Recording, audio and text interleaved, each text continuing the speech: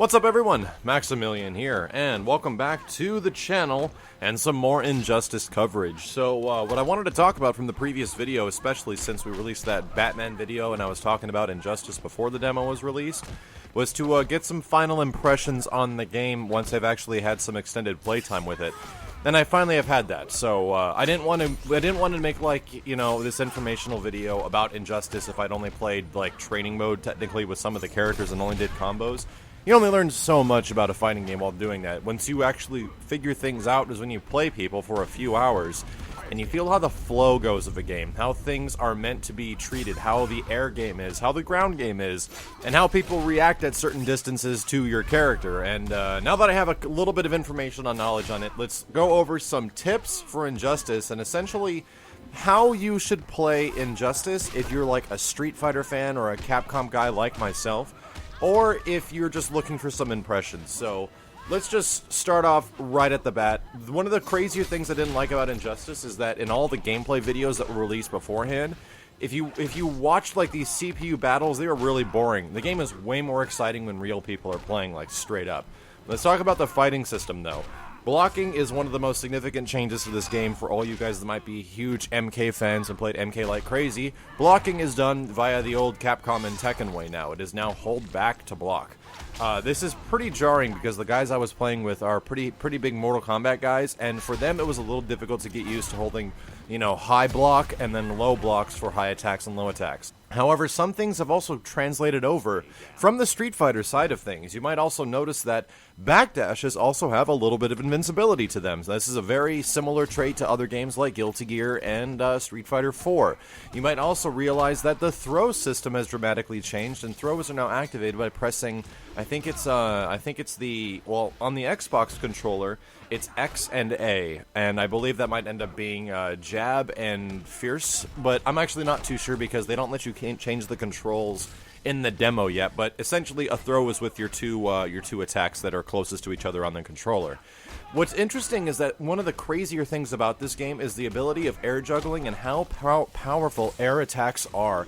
You guys will realize that if you jump up and do a kick or something like that, it's a great lead-in and you can cross up, and that becomes very powerful because that was not a thing in MK before. Cross-ups end up being this huge thing now, and you have to block in all these different directions, which might be a little jarring for people that aren't used to holding back to block. And it becomes even more powerful because jump-ins cause this thing called like air juggling, where if you hit a guy in the air with your air attack first, they go into a juggle state. This is actually kind of similar to MK9 from what I understand and from the little bit that I played, and you get to bounce them into a combo, or a very damaging combo that can result in like 30 to 35% loss. It is very, very scary, especially when people start jumping in the air at each other. And it's also the fact that it's kind of hard to find some reliable anti-airs with some characters. Like Batman's a good example of one that's very hard to freaking anti-air with. So there's going to be this huge metagame of this air juggling system, and when you meet people in the air and characters that have really powerful anti-air moves, or moves that you can combo after their anti-airs, it's not like everybody in the game has a freaking Shoryuken. That's a very big change. So let's talk about the characters in themselves. Batman is very much a Scorpion kind of clone, but not really. He's a heavy mixture of Rushdown and where you mix your opponent up many times.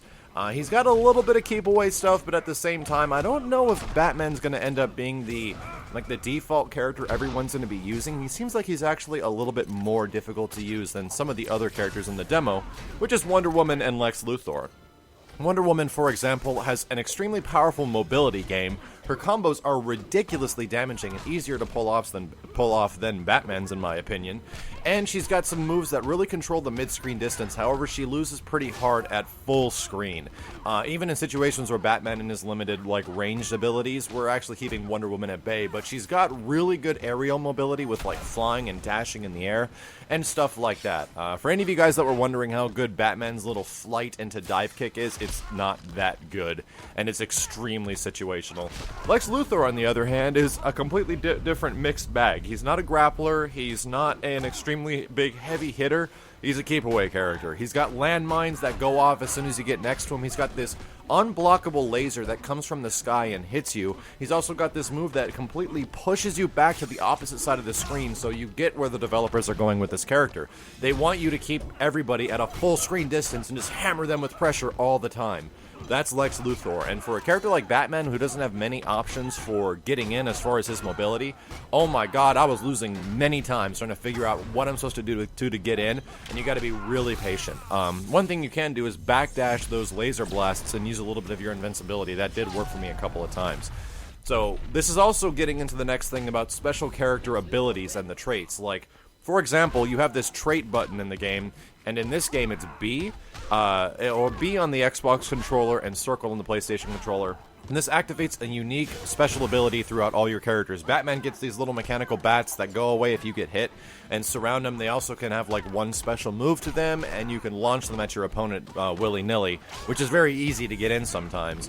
Wonder Woman has a switch stance cancel, or an ability to just switch her stances between a sword stance and a whip stance, and I've seen more of the whip stance than the sword stance, and my friend that was playing it, Kenny, was saying many times that, yeah, the whip stance just seems really good. I haven't really figured out the sword stance yet. While I believe that the special ability for Lex Luthor was like a hit of armor. He encompasses himself in this like purplish field for a sec, and he gets one hit of armor anytime. So that's actually really beneficial and very useful, especially for the fact that if you get in on him eventually, and he has one hit of armor, it's going to be harder to even do something because he's got that little bit of a barrier. Moving on, another huge thing about Injustice that you'll have to learn to take advantage of by pressing RB or this will be R1 on PlayStation, is interactables. So at different points throughout the map, you'll notice in the top right corner or the top left corner for which character you are, you'll see an RB or R1 symbol show up for each one of these characters, and that means that your character can do something with the stage, either throw something or launch the other person somewhere or things like that. Comboing into these things can also be possible, and it's also pretty damaging if you've actually noticed the Batman combo video I put up so far. They're pretty good, but there's differences. Like, for example, there's this big air conditioning unit on the top of the Gotham City stage. Wonder Woman can straight throw this thing, while Batman just jumps off it for some mobility and escape. So there's some differences between the characters that have superpowers and some people that don't have like super strength and stuff like that. So it's a little interesting. In neck with this is transitional elements, where the stage actually transitions. And to do these transitional elements, you have these like these moves that are called like ground bounces and wall bounces. And essentially, back plus A or back plus X on PlayStation is a wall bounce, which will launch the character to the opposite side of the screen, and they'll bounce off the wall for more combo opportunities. Or there's a ground bounce one, which is, I believe, forward and A, and you essentially just do like an overhead and they hit the ground. You can actually add armor to this by pressing the meter button, and the meter button, I believe, was the right trigger on Xbox and R2 on PlayStation 3. So that means that even if you have these moments where you're setting things up, you can add a hit of armor to these moves, and by sacrificing one bar, you get this little bit better of a chance of actually landing the hit if you really need it. But other than that, you can actually combo into these as well. Batman has several combos where he combos into his ground bounce and his wall bounce, and that stuff is pretty freaking useful, and it causes a screen transition if you're on the ends of certain stages. I actually made a video about this where Batman had like a 43% easy combo that included a screen transition and used no meter. So it's possible, it's extremely possible, and it's very freaking damaging. But that's the next thing I wanted to talk about for anybody that's like asking about, well, what am I doing with meter? Like, how important is meter in this game? Meter is really important in Injustice, and there was a big concern with us early because we were asking about, like, well, there isn't any break combo. Like, in Mortal Kombat, the reason you didn't use all your meter was because you wanted to save it to break combos or use EXs and stuff like that. And we were like, where did that go? So it is actually here, but it's in something different called the Clash system, so we'll talk about that in a second. Using meter is used for 4 different things. It's used for EXs, which is like called meter burn in this game. It's used for supers, which use all 4 of your bars. It's used to add armor to bouncers and stuff like that, or like the wall bounce or the ground bounce, which is forward A and back A. And it's also used for the Clash system. EXs can be extremely good. It allows Batman to cancel his zip tie in to allow you to do more damage to combos. It also adds more moves to the end of certain combos I'm not too sure if it adds armor to mini combos, but it definitely might. It might actually add armor to certain special moves within combos or otherwise that might make it easier to get up. Like, for example, Batman doesn't have anything on Wake Up that he can really do at all. He's just kind of got a block. He doesn't have a Shoryuken with a piece of armor on it. Supers end up being pretty good as well, but if you put them at the end of like a 6-hit or to 10-hit combo, it's really not worth it. And you're wasting all your bar to just get a little bit more damage for something really flashy. I think that most of the meter usage you'll see later on in Injustice is going to be the result of EXs and extending combos to your best ability and saving it for the Clash system. So the Clash can only happen at the second round of a game, from what I understand. I actually am not completely familiar with this based off the time I spent with it, but here's what I understand of it. If you want to stop your opponent from, like, doing an attack on you or something like that, I'm not too sure the command yet because I don't think it's been released yet, but you essentially press right bumper, right trigger, and forward towards your opponent. Maybe some face buttons as well. And when they're in the middle of a combo, you'll get into this clash system where all of a sudden your characters say something to each other and these things pop up on the bottom, which is a menu.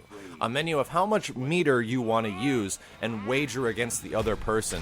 This, I think, is also just called like the wager system or the wager mode. Regardless, I'm just calling it clash because like you clash through everything.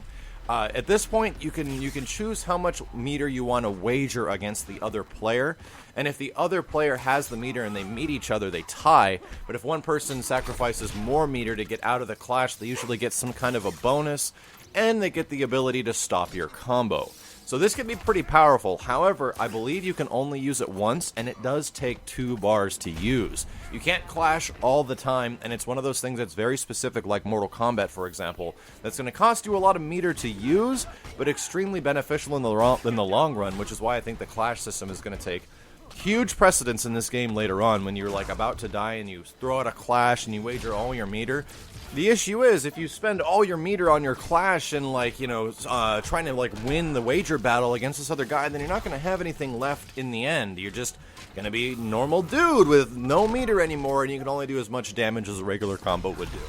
So there's a payoff to it. It's kind of hard to say how it's going to be balanced in the very end because we're very early in the game and I haven't played that much of it, but that's some of this stuff I think is going to be really important with Injustice. So what I actually learned all this stuff from was an extended play session with my friends Kenny and Steve, who are the avid Mortal Kombat players that joined me before in the Killer Instinct week, and as well as the Mortal Kombat training sessions.